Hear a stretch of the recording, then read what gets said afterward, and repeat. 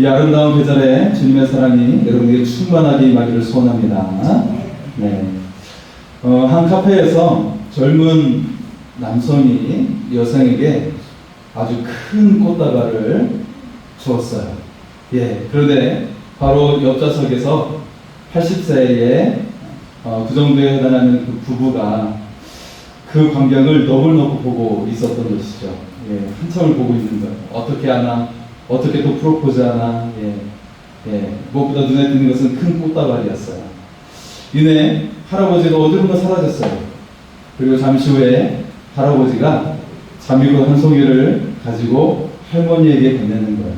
그러자 할머니가 밝은 미소를 띠면서 활짝 웃고 계셨습니다. 네. 여러분, 사랑의 감정은 나이와 상관이 없어요. 상관이 없습니다. 모두가 가장 원하는 마음이 있다면 사랑받기를 원하는 마음입니다. 오늘 이 시간 이 자리에 앉아 계신 여러분은 하나님의 크신 사랑을 받은 사람인 줄 믿습니다. 하나님께서 여러분을 크게 사랑하시고 극진하게 사랑하시는 그런 사랑이 여러분에게 임함을 믿습니다. 네. 어떤 우리 옆 사람에게도 같이 이렇게 고백할까요? 하나님께서 당신을 사랑하십니다. 고백하겠습니다. 하나님께서 당신을 사랑하십니다. 네. 사랑은 놀라운 변화를 일으키기도 합니다. 네, 우리가 사는 에디슨은 초등학교에서 낙제를 받았죠. 쫓겨나야 했습니다. 그런데 어머니는 에디슨을 격려했어요. 너는 특별한 아이인데 사람들이 너를 잘 알아보지 못해서 그래. 이렇게 말을 하면서 에디슨에게 이렇게 격려를 해줬습니다. 결국 에디슨은 학교에서 낙제했지만 어머니의 사랑에 의해서 아주 위대한 발명가가 되었습니다. 세상을 새롭게 만드는 위대한 발명가가 되었죠. 여러분, 사랑은 어디에서 시작이 되었을까요? 사랑이 어디에서부터 시작이 되었을까요? 사랑의 원조가 있다면 어디일까요? 바로 하나님이시죠. 예, 우리를 구원하시기 위해서 독생자 아들을 주신 사랑을 우리에게 베풀어 주셨어요. 가장 큰 사랑을 우리에게 베풀어 주셨습니다. 오늘 본문의 예수님은 우리에게 새로운 계명을 주고 계십니다. 어떤 계명이죠? 서로 사랑하라는 계명을 주시고 계세요. 예수님 시대에는 성경이라고 한다면 어떤 걸 이야기하고 있죠? 구약 성경을 말하고 있는 거예요.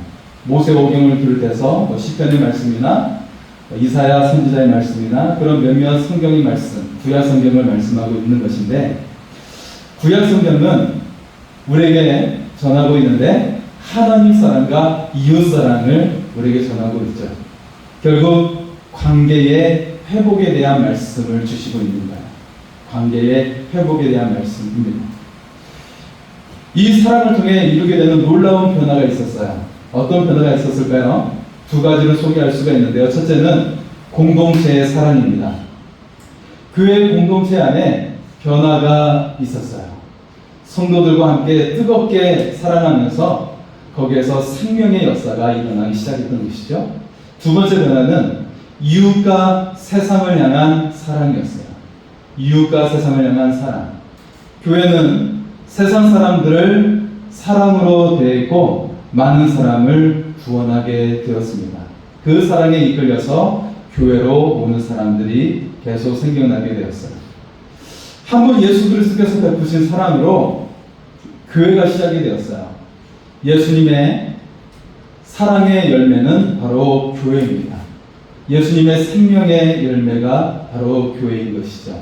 그리고 교회는 예수님의 사랑을 실천하면서 세상을 변화시켰습니다. 예수님의 사랑으로 세상을 변화시킨 것이에요. 하나님의 사랑은 세상을 바꾸는 사랑입니다. 그 하나님의 사랑이 우리의 삶을 바꾸고 세상을 바꾸어 놓으신 줄 믿습니다. 자, 오늘 말씀 첫 번째는 하나님의 사랑으로 서로 사랑하라는 것입니다. 네, 예수님은 우리의 삶에 가장 필요한 것이 무엇인지 알고 있었습니다.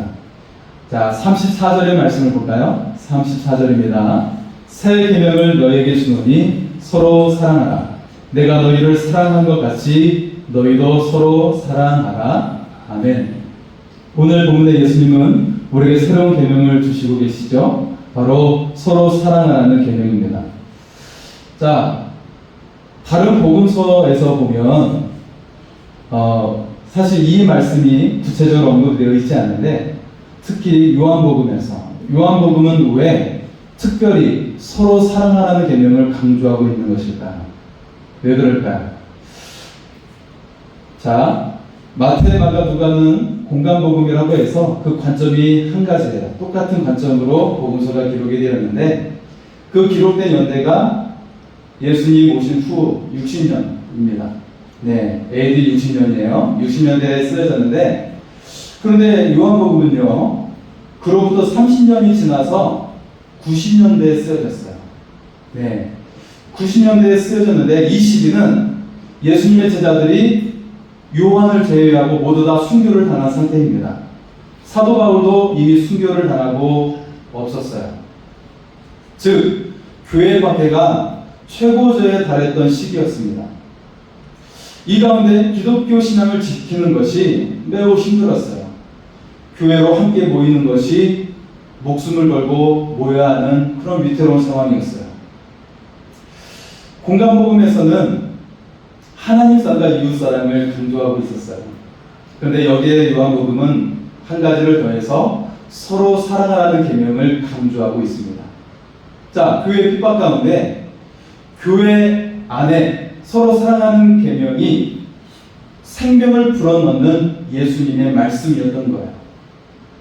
그런데 주님이 서로 사랑하는 계명을 말씀하시는데 지금 이 말씀을 하시는 상황이 어떤 상황인 줄 아십니까? 이 상황이 어떤 상황일까요? 최후의 만찬의 시간에 이 말씀을 하고 계시는 거예요. 그리고 바로 직전에 어떤 일이 있었냐면 가룟 유다가 일어나서 사탄의 일을 하기 위해 나갔어요. 밖으로 나갔어요. 그리고 나서 그 즉시 예수님께서 이 말씀을 하고 있는 거예요. 자, 요한복음에서 이렇게 언급하고 있는 이유가 무엇일까? 여기에 의도된 이유가 있습니다. 주님께서 죽음을 앞둔 상황에서 성도들이 서로 사랑함으로 이겨낼 것을 명령하고 있는 거예요. 그리고 가룟 유다처럼 시험 들지 말고 서로 사랑해야 한다고 강조하고 있는 것입니다. 여러분, 교회의 위기는 사랑의 마음이 식어질 때 일어나게 됩니다. 그런데 이길 수 있는 방법은 서로 사랑할 때 모든 것을 이길 수가 있어요. 가정도 마찬가지고요, 나라도 마찬가지입니다.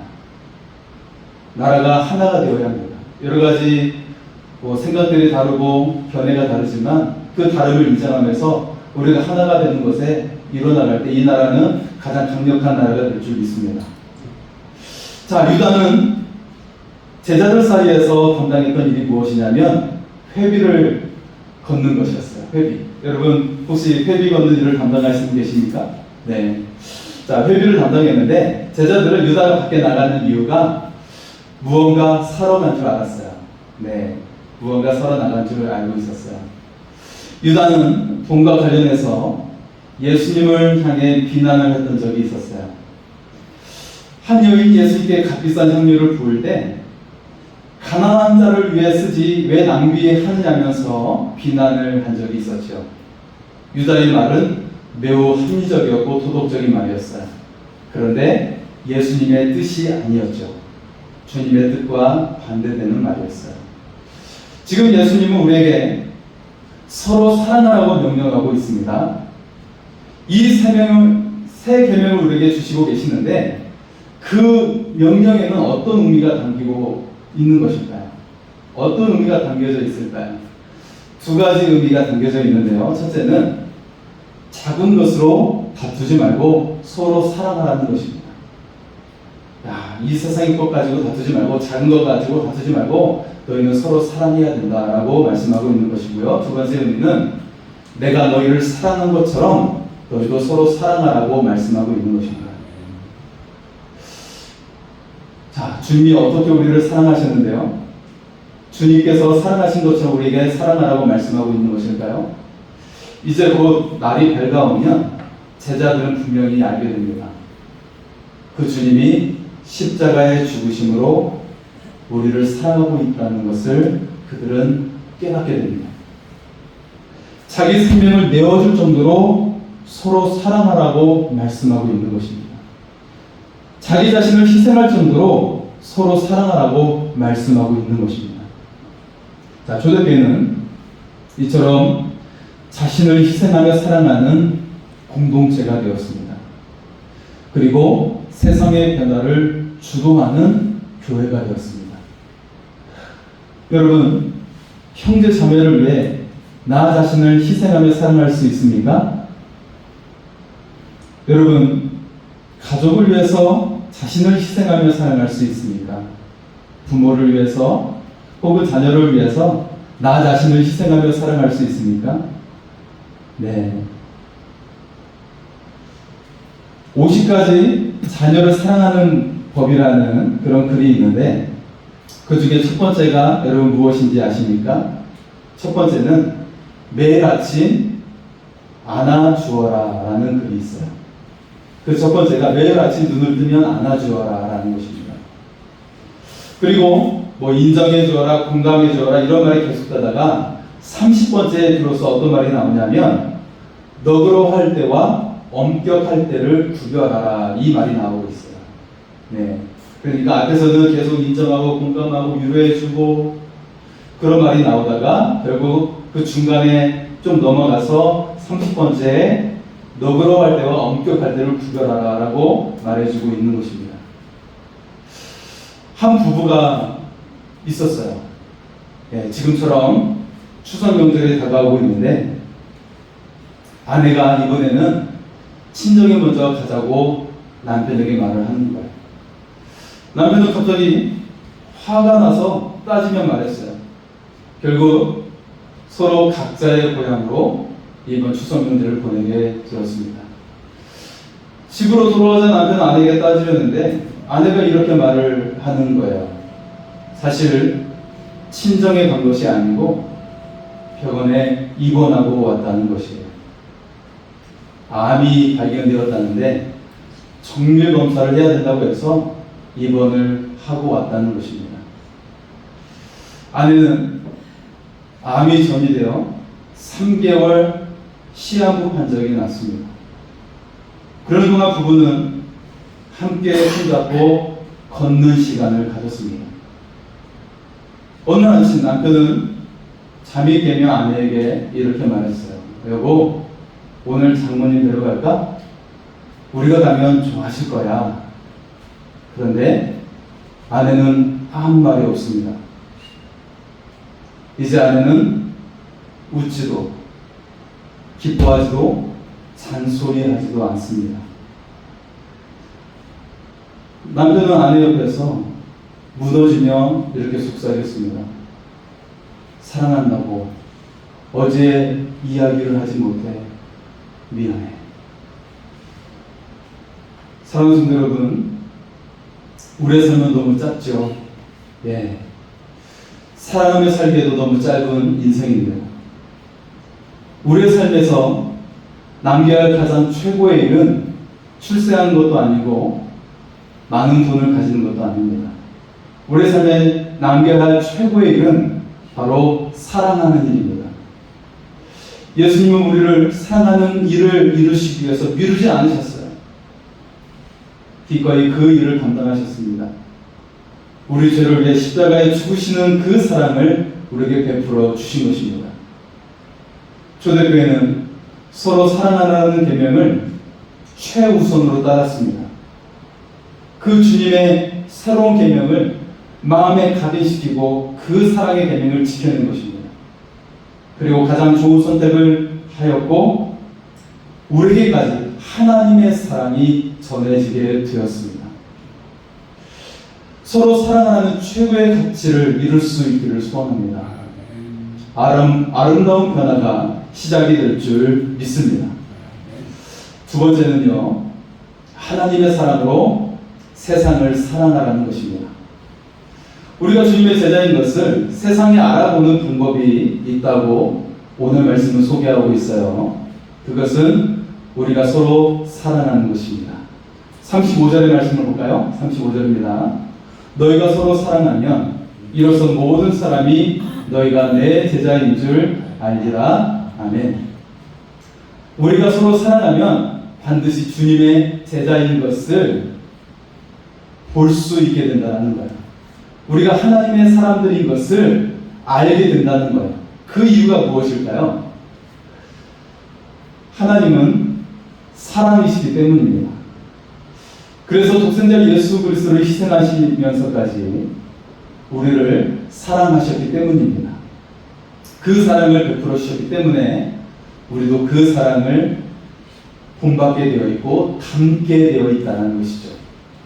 그 사랑을 받은 하나님의 사람들은 서로 사랑하게 된다는 거예요.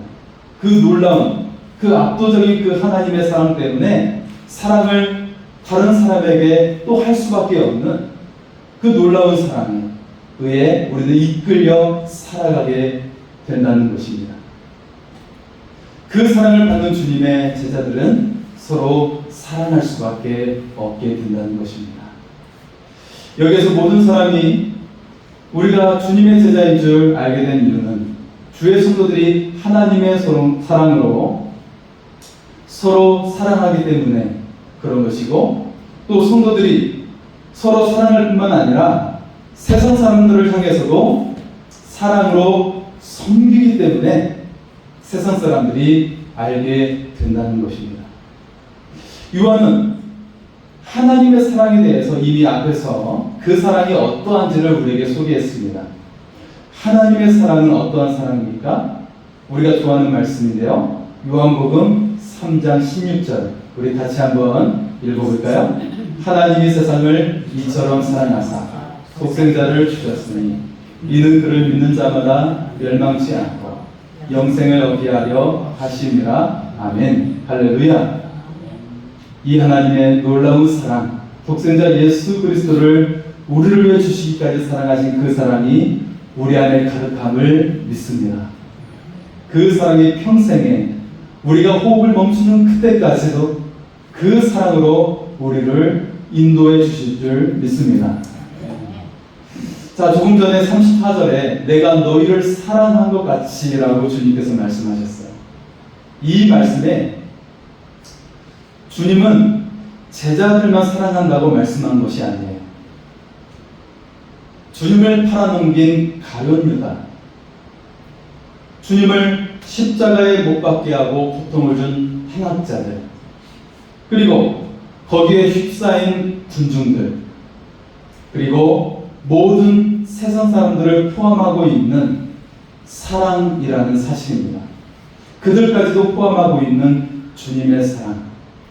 아버지가 그들이 하는 일을 알지 못함나이다 라고 하면서 하나님께 그들에게 죄악을 용서해달라고 용서를 구하신 놀라운 사랑이에요.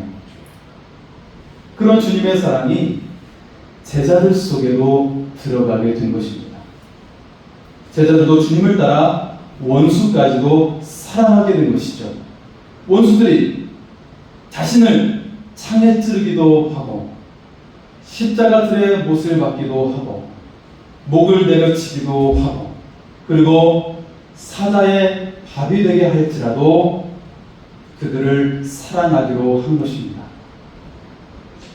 주의 성도들도 죽음의 상황에서도 그리스도를 따라 그 사람들을 사랑하기로 한 것입니다. 이 모습을 보고 있던 로마인들은 큰 충격을 받았어요. 죽음의 현장에서도 사랑의 눈빛을 보내고 있는 주의 성도들을 바라보고 그들의 거룩한 눈빛에 그들은 감동을 받게 된 것입니다. 그리고 머지않아 로마인들 중에 많은 사람들이 하나님의 놀라운 사랑을 받아들이게 되었습니다. 그런데 로마인 중에는 오히려 그 지도자를 처형해야 된다는 목소리를 낸 사람들도 있었습니다. 요한의 제자 가운데 소마나 교회의 감독이 된 폴리갑이라는 제자가 있었습니다. 폴리갑을 체포하러 사람들이 왔을 때 그는 다음과 같은 기도를 올려드렸습니다. 우선 그림을 같이 보도록 하겠습니다. 자, 폴리감은 그가 체포당할 때 먼저 하나님께 기도를 올려드렸는데, 모든 이들을 위한 기도, 모든 주님의 몸된 교회를 위한 기도, 낮은 자나 높은 자나 차별이 없기를 바라는 기도, 그리고 나를 체포하려는 자들과 나를 밀고 간 아이의 아픔과 고통까지 이해하고 용서하는 사랑 가득한 기도를 올려드렸습니다. 그리고 많은 사람들의 영혼을 회복시켜달라고 강구하는 기도를 올려드렸던 것입니다. 유폴리감은 화형대 위에서 영원한 왕 되신 하나님께서 자신에게 영생을 주신 것과 그리고 순교자의 반열에 서게 하신 것을 찬양하는 기도를 드리면서 숨을 거두게 되었습니다.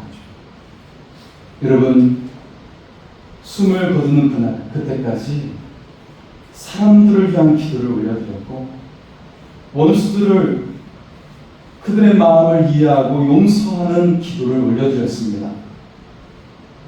그의 거룩한 모습을 보고 로마인 중에 수많은 사람들이 감동과 도전을 받게 되었습니다. 자신의 희생의 사랑으로 아름다운 변화를 일으킨 한 여인이 있었어요. 미국에 사는 이사벨이라는 여인인데요. 이 여인은 회상을 하다가 갑자기 하반신을 전혀 쓰지 못하는 불치의 병에 걸리게 됩니다. 그 부인은 이 병을 고치기 위해서 수많은 재산을 허비하게 되었는데 병세는 점점 악화되어 가는 거예요. 결국 그녀는 치료를 포기하게 됩니다. 그리고 그 돈으로 하나님의 사랑을 나누기로 결단을 합니다. 당시 한국전쟁에 수많은 고아들이 생겨나게 되었는데 그 고아들을 위해 그 돈을 쓰여지도록 보내게 된 것입니다. 그것을 기금으로 해서 부산에 고아원이 생겼고 얼마 지나지 않아서 그 고아원은 학교가 되었습니다. 이사벨 부인은 그 후로 1년 만에 세상을 떠나게 됩니다. 장례식에 모인 가족과 친지들은 고인이 치료비 대신에 한국에 학교를 세운 사실에 깜짝 놀라게 됩니다. 자, 학교가 창립된 지 20년이 되었을 때 그녀의 남편 데이비드가 초청을 받아서 창립 기념식에 참석하게 됩니다. 아내를 생각하면서 감격에 젖게 되었습니다.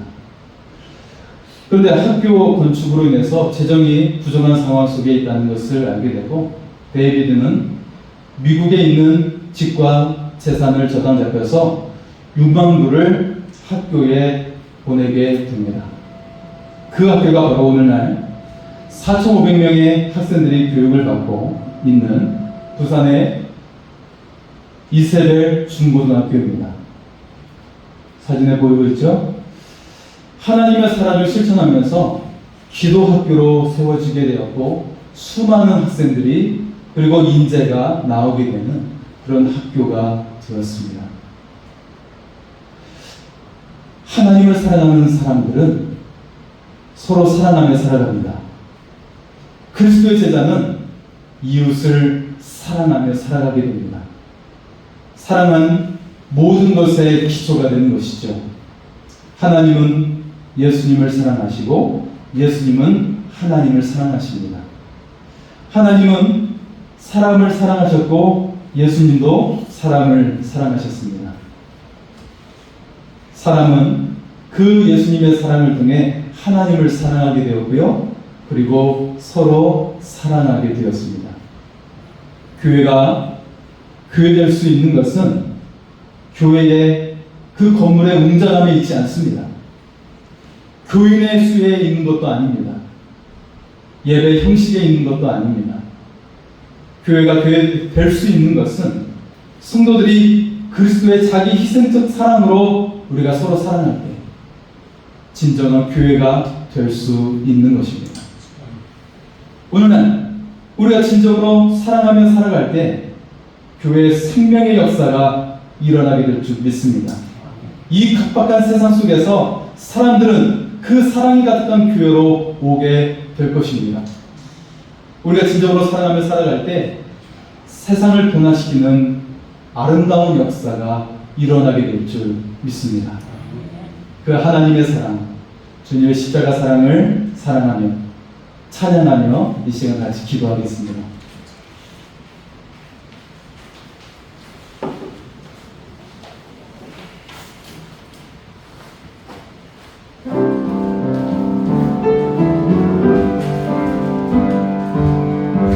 십자가 그 사랑 멀리 떠나서 무너진 나의 삶 속에 잊혀진 주문에 돌 같은 내 마음 어루만지사 다시 일으켜 세우신 주를 사랑합니다.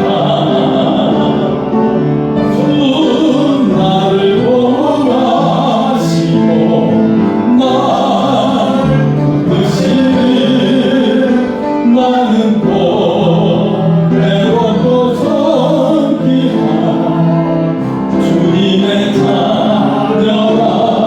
서로 축복하며